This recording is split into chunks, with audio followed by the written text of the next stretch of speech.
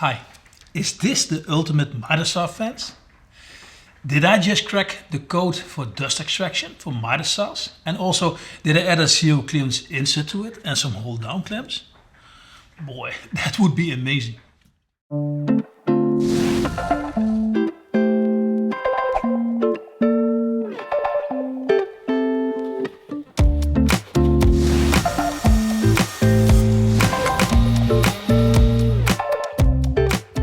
Again, my name is Dennis and I am from Hongdui. And in this video I want to tell you all about this fence. But not only this fence, but more about the journey that leads me to it. And this is not the only fence I made in the search for the Ultimate Miter Saw Fence.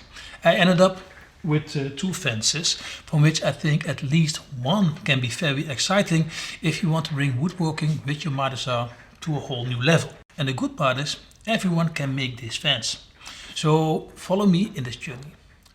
I use a Festool KS60 miter saw, and I must say that the Festool miter saw deals pretty well with dust in the first place. Especially when you want to cut thicker wood, this is practically dust free. But dust extraction becomes a bit harder when you cut 80mm material or below. But still, I did not have a dust problem. I always use what I called a zero clearance insert fence. And this insert in the middle takes care of a clean, splinter-free cut. And when you want to make a miter cut, you just change your middle piece. And I think this is a valuable feature for your miter saw, especially when you want to use it for finer woodworking. Not only becomes your cuts cleaner, but because there's a body behind your workpiece, you can also cut smaller pieces safely. But because of this, some dust comes against this middle piece and bounces back on the miter saw. So that is how the idea of dust extraction in the fence came about. And it was more of a challenge instead of solving a problem. So I started this very enthusiastically. And my laser was an excellent help in this project by making all the templates. But during this process it became more and more complex because I wanted to use all the possibilities of the miter saw, but I also wanted to keep the zero clearance insert. After a few cuts without my zero clearance insert, I found this feature more important than improving my dust extraction. So I had to change the design many times to make it more suited for my needs. And another thing I was used to and wanted to integrate better than before were my self-height adjustable clamps. So when dust extraction in the fence would work in combination with a zero clearance insert and some self-height adjustable hold down clamps, that would be an inspiring fence. And my first test cuts looks very promising. Sorry for the short interruption, but I have a new site that I want to show you. This one is more informative and better organized by topic, and the videos and downloads are more findable. So please visit www.hoogdandwood.online. Meanwhile, I got an offer to test a Huayca Cloud CO2 laser. Huayca Cloud, I don't know how to pronounce it. And I'm starting to get fascinated by these products, so I accepted that proposal. Because you can cut acrylic with a CO2 laser, I decided to wait because it would give me some extra possibilities, and I thought the combination could be very nice. And after a few days I realized that you could make beautiful things with this laser. And I decided to start all over again to bring this project to a whole new level. And I fell in love with the combination of black, MDF and acrylic.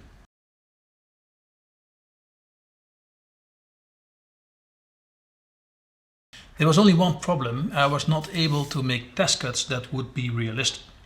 With my test cuts I used two dust extractors, one on my miter saw and one on the fence.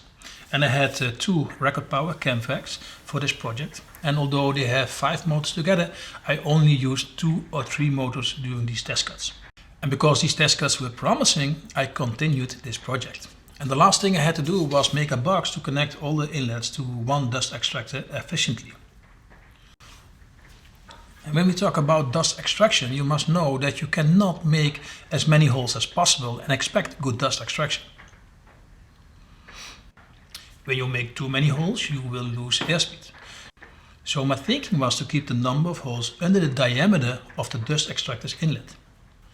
And the inlet of my dust extractor is 100mm, which is a surface of about 78 square centimeters. And the outlet of the miter saw is about 40mm, so 30 square centimeters. And the two outlets for the fence are 45mm, so a total of 32 square centimeters. So for the dust extraction at the bottom I had about 33 square centimeters left. And as you can see, I made many holes in the bottom that would far exceed the 33 square centimeters. But I wanted to spread the holes over a larger area.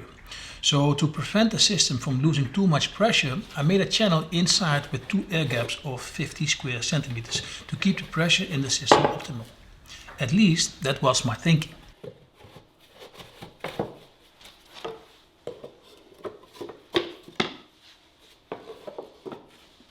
So when I finished my platform, I finally could make the first cut with one dust extractor.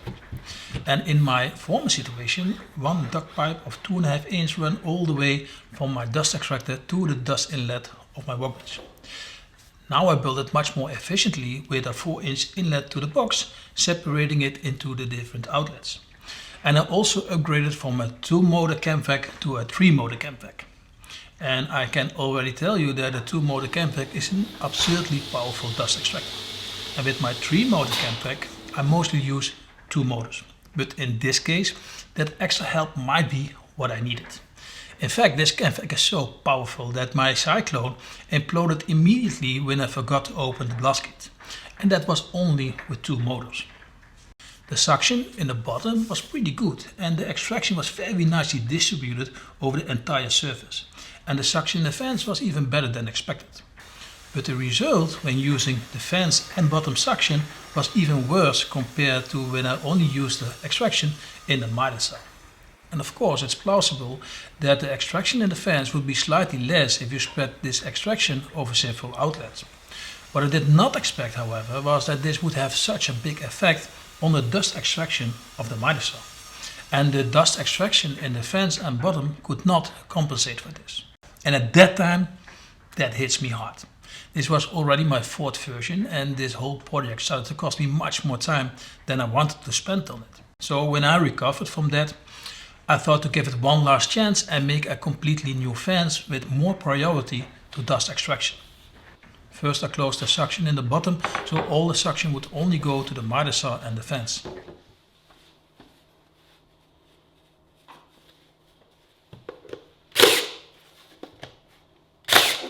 And I decided to widen the suction area of the fence. And because of this, I removed the hold down clamps. And this had another benefit because now I could bring the extraction pipe more to the sides of the fence and therefore could use the inclination function of the miter saw again. And at last I wanted to bring the suction in the fence more to the surface of the miter saw. And although I thought it looked pretty promising, I was anxious about the result. But finally it started to work and I was able to make a cut with less dust than only with a dust extraction at the miter saw.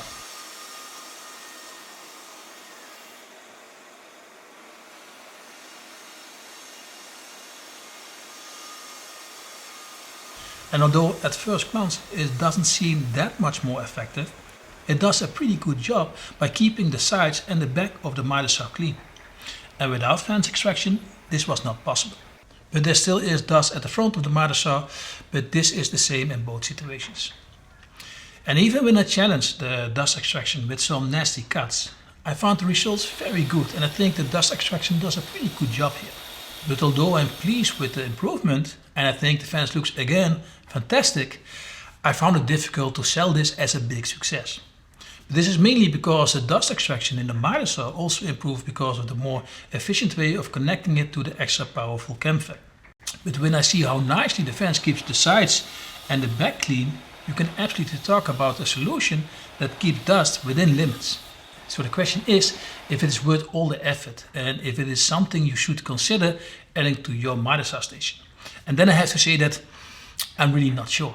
It costs a lot of time, not only because of the fence, but also to create a box underneath it to distribute the suction to the different inlets. And the most effective way of dealing with dust is right behind the saw blade.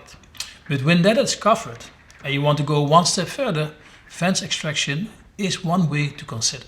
But because the dust extraction of the miter saw became pretty good with the new cam vac, and the fact you can easily create your own fence system, inspired me to design a simple fence that could improve the accuracy and safety of your miter saw. And I initially used a zero clearance insert on my miter saw. And this is my own design and I added it to my miter saw fence.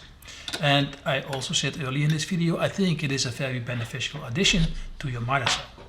The downside is that I use a dovetail connection to connect the zero clearance insert, which made it perhaps too complex for some to make it themselves. Another thing is that not every fence will have the possibility of adding something to it, but it's probably possible to interchange the fence and make one yourself. So with that in mind, I wanted to see if there was an easy way of making a zero clearance insert fence yourself, because in that case you really should try to create one.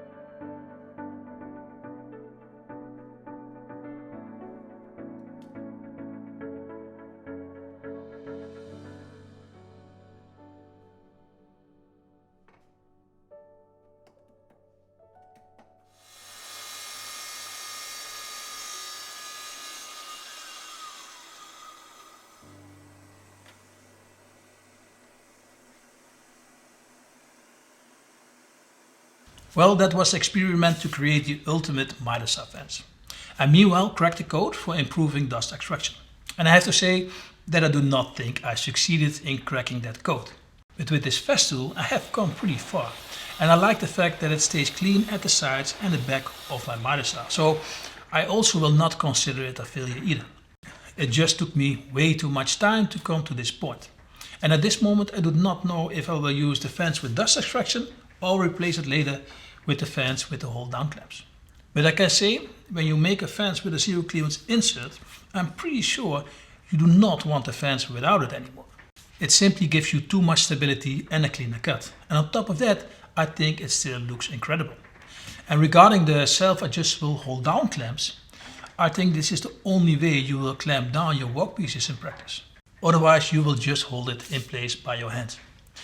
Well, I hope you liked this video and that it inspired you to improve your miter saw in terms of dust extraction and a cleaner and safer cut. Let me know in the comments what you think about it. Thank you for watching, have a nice day, and well, we see each other next time.